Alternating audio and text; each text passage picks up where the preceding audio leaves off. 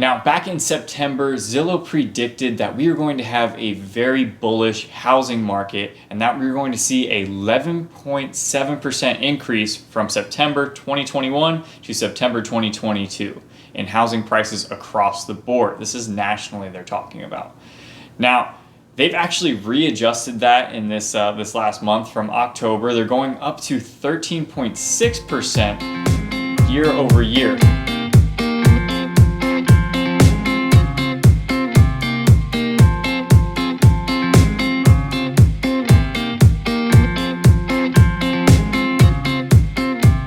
What's up, everybody? This is Thomas with Keller Williams here in St Augustine, Florida. And if you're looking for everything you need to know about eating, working, sleeping, and why Zillow stopped their iBuyer program altogether, then this is the channel for you. So go ahead and tap that subscribe button below, like the video, and comment if you have any additional questions about our St. Augustine market. Like I've said before, we've got videos coming out every single week, so make sure you subscribe so that you stay in the know about everything going on here in our beautiful city. We've got people reaching out to us all the time, so whether it's a call, a text, or an email, it goes directly to my cell phone and I'm the guy answering it. So whether it's a call, text, or email, I'd love to be able to help. I'm sure you've seen the headlines. I've seen them all over. I have tons of real estate friends sharing all this news that Zillow has stopped their iBuyer program, and they have about 7,000 homes that they are looking to unload. Now, these are homes that they've purchased, and they've purchased at, in some cases, at more than market value, and now they're going to have to sell them for at a discount, which obviously is not what you're looking to do in that situation. So we kind of have to understand their business model. So Zillow was trying to join into the wave of iBuyers, which really kind of came into play over the past 5 years, which just think of it as an internet buyer. Zillow, with the name recognition and the brand recognition within the real estate world, decided, hey, you know what, let's throw our hat in the ring. And they started this about 3 years ago in 2018, where they were going to offer their iBuyer program to potential sellers of homes. So this is going to mean a quick sale for the seller. They're going to get a cash offer from Zillow, and they don't have to go on the active market. They don't have to do any showings. All they have to do is let an agent come in, take photos of their property, and get an evaluation from Zillow. Most of the time, this is going to be under market value because they need to make money somewhere. So Zillow's plan is to get it off market, get it for a quick cash value, then spruce it up a little bit, put a little bit of paint, a little bit of trim work here and there, something quick and easy so they can put it back on the market for a quick sale and make that profit. Unfortunately, they have not seen that return. Many iBuyer programs are still running strong and moving forward on their renovation projects, and that is one of the reasons that Zillow has said that it's getting out of the program altogether. It's because they had a hard time getting contractors. And that's actually something that you hear amongst every builder today, is because the labor force within construction has grown so strong now because they are so needed that a lot of the times they're going up to their bosses and say, hey, if you want to pay me the extra $1 an hour, this guy over here will, and I'm going to go work over here today as opposed to working here. So contractors are working and flipping different jobs just because they have that ability to ask for more money now because the demand and the scarcity of contractors is readily apparent. Before Zillow shut down its buying division, they were looking to sell their inventory of homes, which is about 7,000 homes, to a group of internet buyers or buyers for $2.8 billion. And you got to imagine if they are an iBuyer, they're going to be looking to get a return on that money. So you have to think that they are taking a loss on a good bit of those properties because they're selling it more than likely to another hedge company or an investor that is looking for a return. Now you have to think this is happening on a national scale. This is 7,000 homes nationwide. So is it going to be a huge influx of home to your market if they decide to sell? Maybe you're going to see 1 or 2 homes, but you're not going to see 100 homes pop on to your individual market. Maybe in some cases, but not in every case. They're a huge company, so they're buying homes all over the place. Here in St. Augustine, will that change the market? Well, it's a potential. I mean, between St. Augustine, Jacksonville, and Palm Coast, we have seen more iBuyers come into the game and buy homes and then go ahead and list them for a quick sale. It's a way you can do business right now because of how fast things are moving.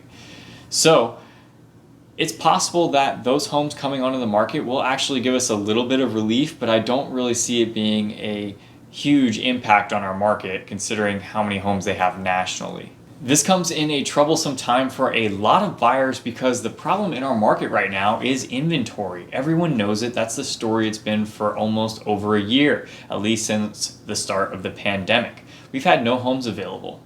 So with the influx of iBuyers into the program as well, they're also competing for homes that some people are looking for their first or second home, or maybe a vacation rental for themselves. They're competing against these huge hedge funds, these huge internet buyers that have tons of money and a lot more resources than they do, typically coming in all cash. Now, back in September, Zillow predicted that we were going to have a very bullish housing market and that we were going to see a 11.7% increase from September 2021 to September 2022 in housing prices across the board. This is nationally they're talking about. Now, they've actually readjusted that in this last month from October. They're going up to 13.6% year over year. So October of 2021 to October 22, they're going to see a 13.6% increase in all prices across the board. This is a huge number and almost a 2% jump from what they were predicted just a month ago. So that price, that could go up, that could go down, but you see other people that are predicting double-digit price increases for this next year because we still have the scarcity. We don't have any inventory available. Along with Zillow, Goldman Sachs is predicting that our housing market next year is going to increase by 16% overall. So they are a lot more bullish than Zillow is. And also Freddie Mac as well. They're predicting a strong housing market. They're not coming in the double digits, but they're going at 7.9% appreciation across the board. That's not to say that there are some people that think it's going to go the opposite way or not nearly as strong. CoreLogic actually said that they're going to predict a 2.5% increase in year over year. So it's still increased, but that's on average with how housing price increases should go. And then another investment bank said that they're actually predicting the housing price appreciation to go down by 2.5%.